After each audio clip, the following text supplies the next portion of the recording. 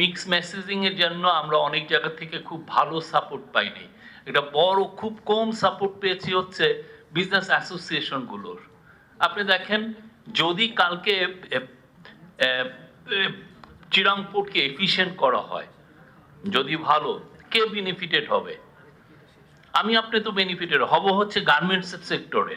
কিন্তু আপনি একটা গার্মেন্টস সেক্টরে একটা স্টেটমেন্ট দেখেছেন তারা এটাকে ওয়েলকাম করে? বিজিএমইর তরফ থেকে, বিটিএম এর তরফ থেকে আমি তো দেখি নাই। মানে ওনারা তো এই সময় সরকারকে পাশে থাকার কথা, যে না আমাদের এই কাজটা করে নিতে হবে। তার মালামাল এসে চিরাং পোর্টে আটকে থাকে, তার ইম্পোর্টেড গুড এসে আউটার আইন করেছেন 3-4 দিন 5 দিন 6 দিন পরে থাকে। তার তো এটা প্রতিদিন একদিন এক্সট্রা পোর্টে থাকা মানে হচ্ছে তার 20-30 হাজার ডলারের তার লস। কিন্তু তারপর আপনি দেখেন, আমি জানি না যদি কোনো 6-7 মাস, আমরা তো এই প্রসেসটা অনেক আগে থেকেই হচ্ছে, একটাই স্টেটমেন্ট নাই। বরঞ্চ একজন বলছেন যে 40 বছরে আমরা এত খারাপ সময় দেখি নাই বিজনেসে। 40 বছরে উনি, আমি যিনি বলেছেন 40 বছরে উনি কোনোদিন বিজনেসই করেন নাই, এখন উনি $700 মিলিয়ন এক্সপোর্ট করেন, তখন উনি কিছুই ছিলেন না। এগুলো কথা মানে আপনি কি পলিটিক্যালি মানে এমন সব কথা বলা হচ্ছে যে মানে আমাদেরকে একটা ডিসক্রেডিট করার একটা খুবই একটা আলটেরিয়র একটা মোটিভ।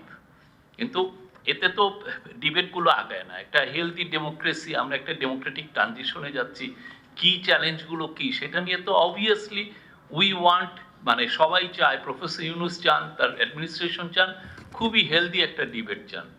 তাতে হয়তো আমাদেরও যদি শর্টকামিংস থাকে সেটা আইডেন্টিফাই হয়। সেটা না হয়ে এমন সব কথা বলছেন যে যেটা কোনো মিনিংলেস। একজন বলছেন যে কি একটা বড় একটা বিজনেস অ্যাসোসিয়েশনের উনি চিফ, উনি বলছেন যে 1971-এ আমাদের শহীদ বুদ্ধিজীবীদেরকে যেভাবে মারা হয়েছিল এখন আমাদের অবস্থা সেই হয়েছে। আপনি চিন্তা করে দেখেন কি ল্যাঙ্গুয়েজটা, কি কিসের মধ্যে উনি গ্যাস ক্রাইসিসের যে ক্রাইসিসটা উনি ফেস করছেন সেটা তো আমরা খুব দ্রুত করে, আমি আবার এনার্জি মিনিস্ট্রি থেকে গ্যাসের মানে সাপ্লাইয়ের নিলাম যে আমরা কি এত খারাপ গ্যাস সাপ্লাই দিচ্ছি যার জন্য এই সিচুয়েশনটা হয়েছে। কিন্তু স্ট্যাটিস্টিক্স কনসিস্টেন্টলি শো করছে যে গ্যাস সাপ্লাই গভর্নমেন্টের সময় বেড়েছে। মেবি উনি যেটা চাচ্ছেন, উনি চাচ্ছেন 100% ইনক্রিজ, সেটা আমরা দিতে পারছি না।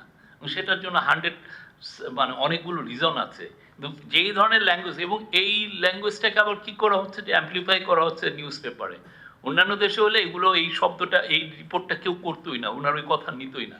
কিন্তু এটা তো অনেকে আবার তার এজেন্ডা অনুযায়ী এটাকে অ্যাম্পলিফাই করছেন। ফলে ইকোনমিক যেই পুরো রিপোর্টটা আমরা দেখছি, স্পষ্ট যে ইয়েস আমাদের অনেক অ্যাচিভমেন্ট হয়েছে, আবার এটাও স্পষ্ট যে অনেকগুলো চ্যালেঞ্জ আছে।